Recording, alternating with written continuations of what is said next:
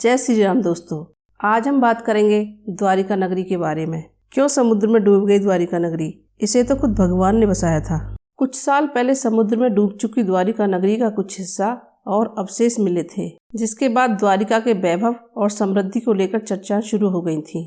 हमारे धर्म ग्रंथों के अनुसार द्वारिका भगवान विष्णु के अवतार श्री कृष्ण के द्वारा बसाई गई नगरी है। ऐसे में मन में यह सवाल उठना स्वाभाविक है कि वह नगरी समुद्र में डूब ही कैसे सकती है, जिसे खुद भगवान ने बसाया हो। प्राप्त तथ्यों और जानकारी के आधार पर महाभारत युद्ध के 50 साल भी पूरे नहीं होते और श्री कृष्ण की नगरी समुद्र में डूब जाती है। साथ ही द्वारिका के डूबने से पहले श्री कृष्ण और बलराम भी पृथ्वीलोक को छोड़कर चले जाते हैं और पूरा यदुवंशी खत्म हो जाता है। आखिर भगवान का वंश क्यों खत्म हो गया, यह सवाल मन में जरूर उठेगा। दरअसल महाभारत में गांधारी और धृतराष्ट्र के सभी 100 पुत्र मारे गए थे।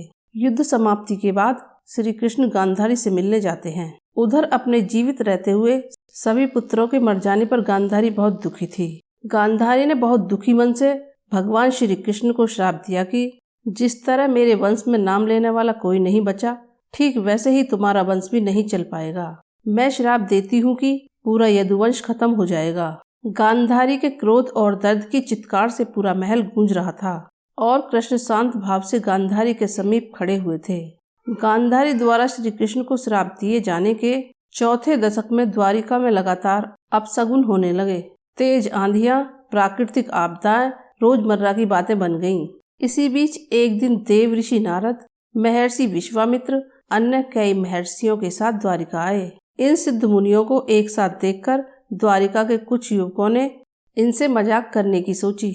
इस पर उन्होंने श्री कृष्ण के बेटे को गर्भवती स्त्री के वेश में तैयार कर मुनियों से पूछा कि यह स्त्री गर्भवती है, देखकर बताइए कि इसके गर्भ से क्या उत्पन्न होगा। ऐसा उपहास देखकर मुनि क्रोधित हो गए। उन्होंने कहा, इस स्त्री बने श्री कृष्ण के पुत्र के गर्भ से एक ऐसा मूसल उत्पन्न होगा जो संपूर्ण यदुवंश के काल का कारण बनेगा।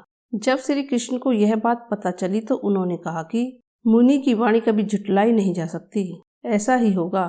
फिर ऐसा हुआ भी।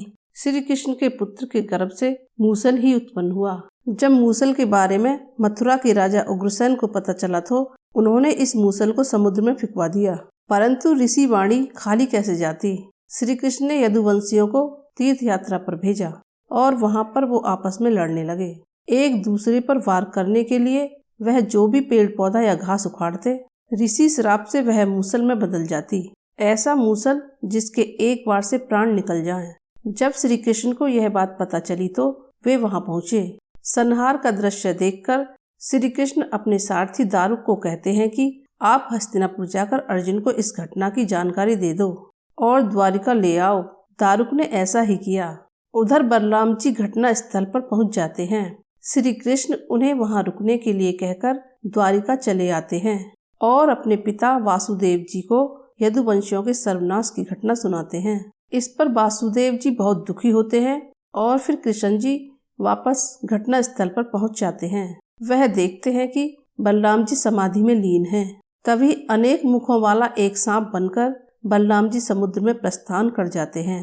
समुद्रदेव स्वयं प्रकट होकर उनका स्वागत करते हैं। यह दृश्य देखकर श्री कृष्ण आसमान को निहारते हैं और विचार करते हैं कि वैसा ही समय बना है जैसा महाभारत के युद्ध के समय बना था। यह विचार करते हुए वह एक पेड़ के नीचे बैठ जाते हैं, जहां एक शिकारी दूर से उनके पैर को देखकर हिरण का मुख समझता है और तीर मार देता है। इस तीर से श्री कृष्ण बैकुंठ लोक को प्रस्थान कर जाते हैं। फिर अर्जुन द्वारिका पहुंचते हैं। अर्जुन के आने के कुछ समय बाद वासुदेव जी प्राण त्याग देते हैं। उन सभी का अंतिम संस्कार कर बाकी बची स्त्रियों और बच्चों को अर्जुन अपने साथ ले जाते हैं और उनके जाते ही द्वारिका नगरी समुद्र में समा जाती है। तो इस तरीके से डूब गई समुद्र में द्वारिका नगरी। अगर आपको मेरी वीडियो अच्छी लगी है तो लाइक करें और चैनल को सब्सक्राइब करें।